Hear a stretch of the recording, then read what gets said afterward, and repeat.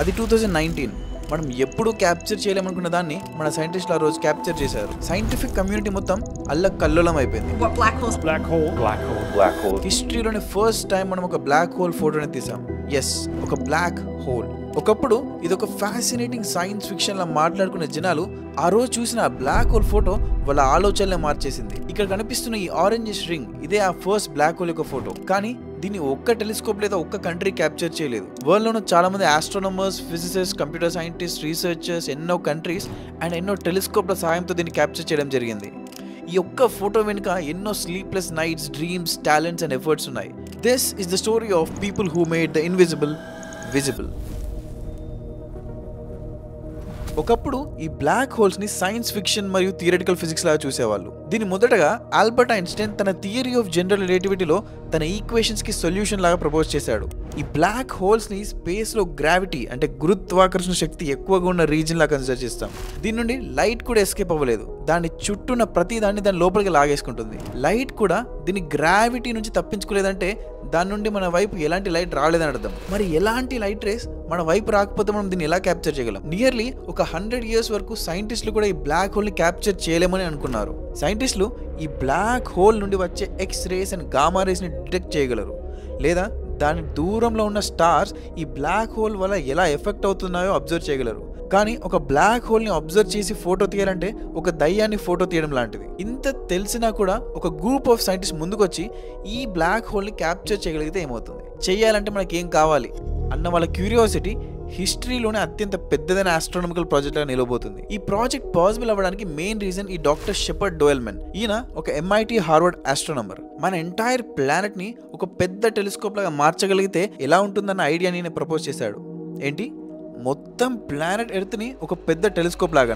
ఈ కాన్సెప్ట్ ని VLBI అంటారు, అంటే very long base line interferometry. మన ప్లానెట్ మీద ఉన్న పెద్ద పెద్ద రేడియో టెలిస్కోప్స్ అన్నిటిని కోఆర్డినేట్ చేసి మన ప్లానెట్ ఒక పెద్ద కన్నులాగా తయారు చేయొచ్చు. దాని అర్థం ఈ ప్రాజెక్ట్లో యూజ్ చేసిన ప్రతి రేడియో టెలిస్కోప్ ఒక ఐ లాగా, ఒక పిక్సెల్ లాగా స్కాన్ చేస్తుంది. ఇలాంటి ఒక కోఆర్డినేటెడ్ రేడియో టెలిస్కోప్స్ ఒక సిస్టమ్ ఒక పెద్ద వర్చువల్ ఐ లాగా పనిచేసి ఒక బ్లాక్ హోల్ ని అబ్జర్వ్ చేయగలిగే రెజల్యూషన్ అచీవ్ చేస్తుంది. ఆ ఐడియా నుండి పుట్టిందే EHT, ఈవెంట్ హొరైజన్ టెలిస్కోప్. ఇది ఒక సింగిల్ ఇన్స్ట్రుమెంట్ కాదు, మన ప్లానెట్ మీద ఉన్న అనేక అబ్జర్వేటరీస్ యొక్క కోఆర్డినేటెడ్ నెట్వర్క్. అటకామాలో ఉన్న ఆల్మా అపెక్స్ టెలిస్కోప్స్, గ్రీన్లాండ్ లో ఉన్న గ్రీన్లాండ్ టెలిస్కోప్, అరిజోనాలో ఉన్న SMT కిడ్ పీక్ టెలిస్కోప్స్, హవాయిలో ఉన్న JMCT SMA టెలిస్కోప్స్, ఫ్రాన్స్ లో ఉన్న నోయమా, స్పెయిన్ లో ఉన్న ఐరామ్ మరియు సౌత్ పోల్ లో ఉన్న SPT టెలిస్కోప్స్. వీటన్నిటిని ఒకేసారి కోఆర్డినేటెడ్ గా వాడడమే ఈ ఈవెంట్ హొరైజన్ టెలిస్కోప్ యొక్క ప్రైమరీ ఫంక్షన్. ఈ లొకేషన్స్ లో ఉన్న టెలిస్కోప్స్ తో పాటు మన వరల్డ్ లో ఉన్న అనేక యూనివర్సిటీస్ అండ్ ఇన్స్టిట్యూట్స్ లో ఉన్న రీసెర్చర్స్ అండ్ సైంటిస్ట్ ఈ ప్రాజెక్ట్ లో పాల్గొన్నారు. ఈ ఈవెంట్ హొరైజన్ టెలిస్కోప్ ని కోఆర్డినేట్ చేయడం ఒక ఎత్తు అయితే, ఈ అన్ని టెలిస్కోప్స్ నుంచి కలెక్ట్ చేసిన డాటాని అర్థం చేసుకోవడం ఇంకో ఎత్తు. దీనికోసం నియర్లీ 200 మందికి పైగా సైంటిస్ట్, ఇంజనీర్స్, మ్యాథమెటిషియన్స్ ప్రపంచంలో ఉన్న ఒక 60 ఇన్స్టిట్యూషన్స్ నుండి ఒక టీం లాగా పనిచేశారు. వీళ్ళందరూ కేవలం ఆస్ట్రోనమర్లే కాదు, ఇందులో చాలామంది data analyst, hardware experts, software developers, theoretical physicist అందరూ ఉన్నారు. ఒక్కొక్కరు ఒక్కో స్కిల్ అండ్ పర్స్పెక్టివ్ని ఈ ప్రాజెక్ట్ కోసం కాంట్రిబ్యూట్ చేశారు. అందులో ఒకరే ఈ 29 years old క్యాటీ బౌమెన్. తిను ఒక కంప్యూటర్ సైంటిస్ట్. తన పని ఏంటంటే కలెక్ట్ చేసిన ఈ మౌంటైన్ అంత డేటాను ఒక అసలైన ఇమేజ్ లాగా మార్చడం. ఆ ఇమేజే ఈ మొదటి బ్లాక్ హోల్ ఫోటో. ఎప్పుడైతే ఈ బ్లాక్ హోల్ ఫోటోను వరల్డ్ ప్రెస్కి లైవ్లో లాంచ్ చేశారో అప్పుడు క్యాటీ బౌమెన్ యొక్క ఈ ఎగ్జైట్ అయ్యే ఫోటో వైరల్ అయిపోయింది. కొందరు బ్లాక్ హోల్ని ఫోటోగ్రాఫ్ చేసిన మొదటి ఉమెన్ అని సోషల్ మీడియాలో ఆమెని కాంప్లిమెంట్ చేశారు. కానీ దానికి ఆమె ఇచ్చిన response, this was a team effort. Katie Bouman ఈ ఇమేజ్ ప్రాసెసింగ్కి అవసరమైన ఒక ముఖ్యమైన ఆల్గరిథంని డెవలప్ చేసి ఒక టీంకి లీడ్లా పనిచేసింది. వీళ్ళ టీం చిర్ప్ అనే ఒక ఆల్గరిథంని డెవలప్ చేశారు. ఒక జిగ్సా పజిల్ని ఎలా అయితే మనం సాల్వ్ చేస్తామో ఈ చిర్ప్ ఆల్గరిథం కూడా ఈ బ్లాక్ హోల్ యొక్క డాటాను ప్రాసెస్ చేసి ఇమేజ్ని తయారు చేస్తుంది. నేను చెప్పిన ఈ అన్ని టెలిస్కోప్స్ నుండి కలెక్ట్ చేసిన డాటా అనేది చాలా నాయిజీగా ఉంటుంది. సో ఈ ఇన్కంప్లీట్ డాటాని డిఫరెంట్ ప్యాటర్న్స్ అండ్ పాసిబిలిటీస్ని ఎక్స్ప్లోర్ చేసి సాల్వ్ చేసే ఆల్గరిథమే ఈ చిర్ప్ ఆల్గరిథం. ఈ ఈవెంట్ హొరైజన్ టెలిస్కోప్ గురించి మాట్లాడుకోవాలంటే రేడియో ఆస్ట్రానమీలోని అత్యంత పవర్ఫుల్ అయిన టూల్ వాడారు. దాన్ని టైమ్ సింక్రనైజేషన్ అంటారు. అన్ని టెలిస్కోప్ అబ్జర్వేటరీస్ ఒకే సమయంలో ఒకేలాగా పనిచేయాలి కాబట్టి వీటిని సరైన సమయంలో అన్ని ఒకేలాగా పనిచేసేలా ఆపరేట్ చేయాలి. దానికోసం ఈ టెలిస్కోప్ ఉండే లొకేషన్స్లో ultra precise atomic clocks fix చేశారు. ఈ టెలిస్కోప్స్ అన్ని ఒకే డైరెక్షన్లో పాయింట్ చేసి ఒక బ్లాక్ హోల్ చుట్టూ తిరిగే మ్యాటర్ నుండి వచ్చే రేడియో వేవ్స్ని ఒకే సమయంలో క్యాప్చర్ చేయాలి. అలా క్యాప్చర్ చేసిన సిగ్నల్ డేటాను వీళ్ళు హార్డ్ డ్రైవ్స్లో స్టోర్ చేసుకునేవాళ్ళు. ఇంటర్నెట్లో ఈ పెటాబైట్స్ ఆఫ్ డేటాని ట్రాన్స్ఫర్ చేయలేం కాబట్టి ఈ హార్డ్ డ్రైవ్స్ని ఫిజికల్గా ప్రాసెసింగ్ సెంటర్స్కి ట్రాన్స్పోర్ట్ చేసేవాళ్ళు. ఇంతకీ ఈ బ్లాక్ హోల్ ఎక్కడుంది? మనకి 55 మిలియన్ లైట్ ఇయర్స్ దూరంలో M87 అనే ఒక ఎలిప్టికల్ గ్యాలక్సీ ఉంది. ఆ గ్యాలక్సీ సెంటర్లో ఒక సూపర్ మ్యాసివ్ బ్లాక్ హోల్ ఉంది. దీని మాస్ మన సన్ కంటే 6.5 బిలియన్ టైమ్స్ ఎక్కువ ఉంటుంది. అంత దూరంలో ఉన్నదాన్ని అంత అక్యురేట్గా క్యాప్చర్ చేయడం ఎలాంటిదంటే మన ఎర్త్ నుండి మూన్ మీద ఉన్న ఒక యాపిల్ని స్పాట్ చేయడం లాంటిది. కానీ అసలైన ప్రాబ్లం ఇప్పుడు వస్తుంది, ఈ డాటాని ప్రాసెస్ చేసి ఇమేజ్లా కన్వర్ట్ చేయడం. ఇందులో ఏముంది అని మీరు అనుకోవచ్చు.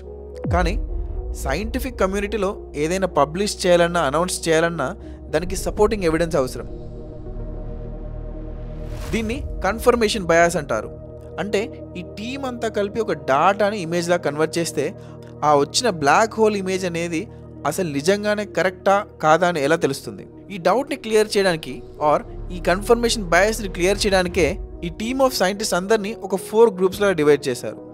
ఈ 4 గ్రూప్స్ ఒక్కొక్కరు ఒక్కో మెథడ్ డెవలప్ చేసి సేమ్ డాటాని అనలైజ్ చేసి ఒక ఇమేజ్ని ఎక్స్ట్రాక్ట్ చేశారు.